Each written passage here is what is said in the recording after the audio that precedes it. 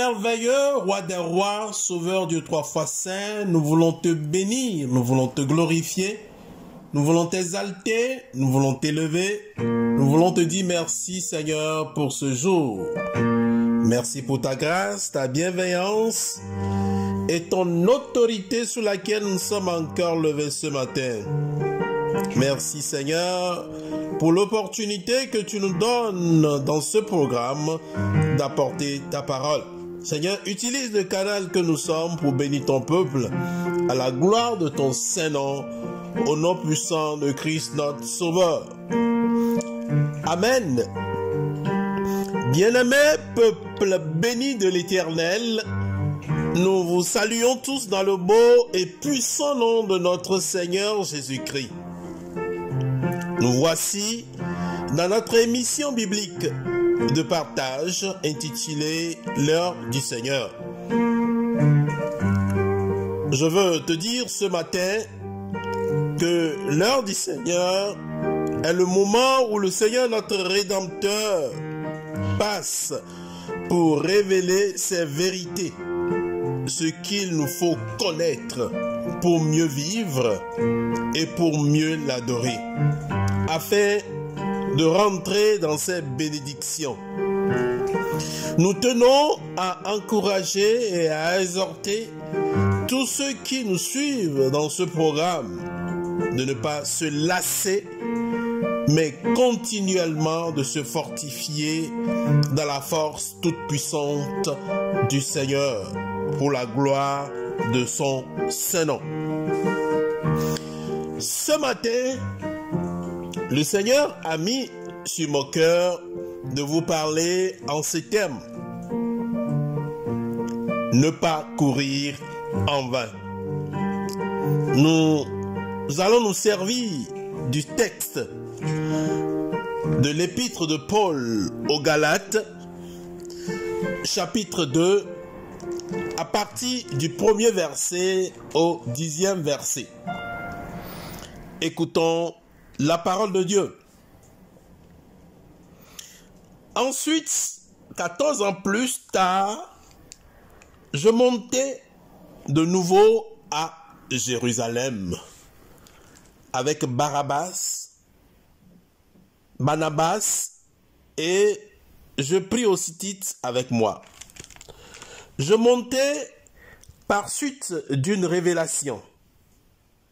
Je leur exposai l'évangile que je prêche parmi les païens.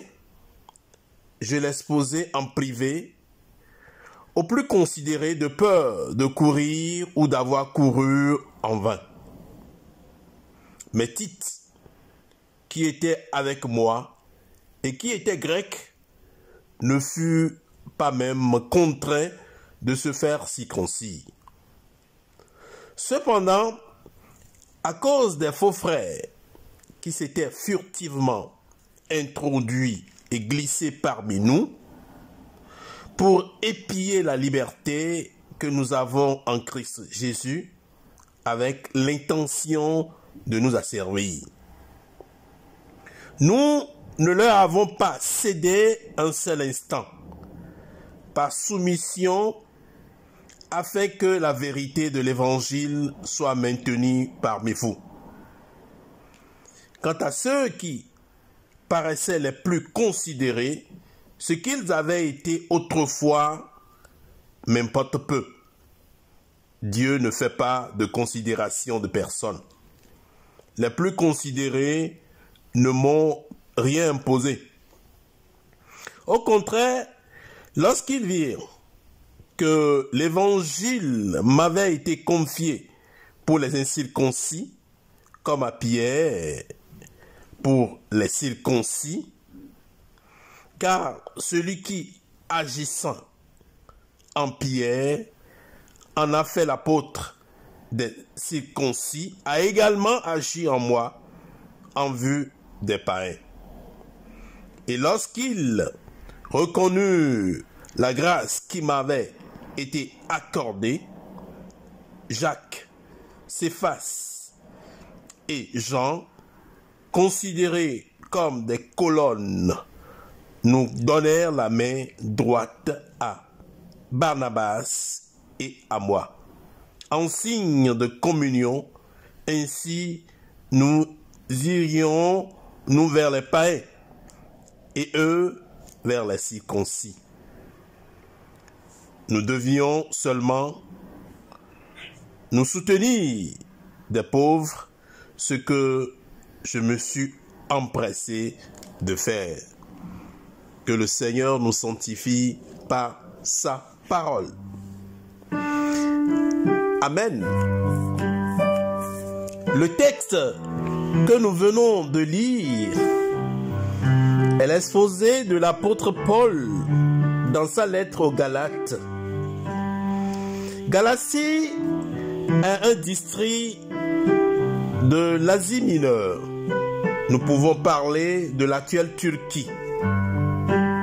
Ici, nous nous trouvons dans un contexte où l'apôtre défendait ce qu'il avait semé en leur sein lors de son passage et qui a été mis de côté par les Galates à cause des faux enseignants, des faux enseignements, des faux prophètes qui les retournaient dans le judaïsme.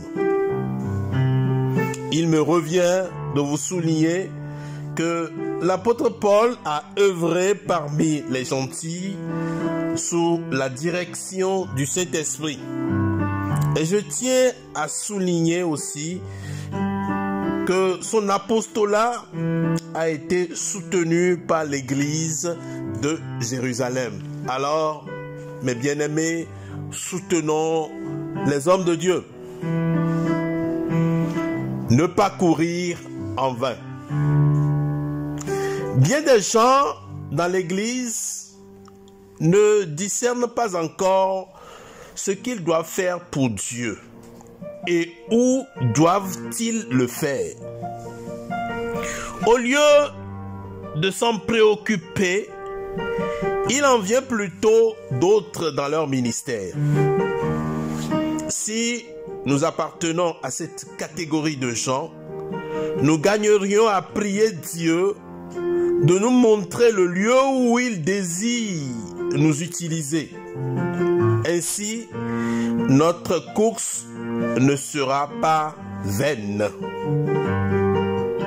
L'apôtre Paul, à travers sa conversion, son expérience et sa mission, était sûr que Pierre envoyé vers les Juifs et lui était-il envoyé vers les gentils. Il ne s'en était pas plaint, mais s'est occupé des affaires de Dieu. Quand il se rendit à Jérusalem, les trois piliers de la première église, il s'agit de Pierre, Jacques et Jean aussi, confirmèrent son ministère aux gentils en lui étendant la main d'amitié et d'association. L'apôtre Paul ne se détourna point de son ministère. Il fit chaque chose qu'il jugeait possible d'accomplir, de sorte qu'il ne courut pas en vain. Nous devons agir de la sorte. Bien-aimés, c'est fondamental d'accepter et recevoir le Seigneur Jésus-Christ comme son Seigneur et Sauveur personnel, d'être son adorateur en respectant et en mettant en pratique les recommandations de sa parole. Et c'est ce qui nous ouvrira la voie d'être sous l'éclairage de son Esprit Saint, afin d'œuvrer conformément à sa volonté, pour ne pas courir en vain. Car beaucoup, sans l'orientation et la conduite du Saint-Esprit, sont en train de courir en vain. Alors, revoyons nos voies sur lesquelles nous sommes et implorons la conduite du Saint-Esprit. Que le Seigneur nous bénisse tous. Bonne journée.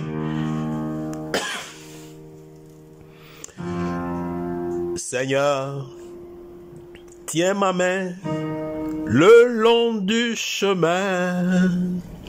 Seigneur, tiens ma main le long du chemin. Alléluia. Seigneur, tiens ma main le long du chemin. Je ne veux pas courir en vain. Je ne veux pas courir en vain. Je ne veux pas, Seigneur, courir en vain. Prions. Père Céleste, Yahweh notre Dieu, nous voulons te dire merci pour ton message. Seigneur, aide-nous à ne pas courir en vain dans notre vie chrétienne. Nous accomplirons tes ordonnances.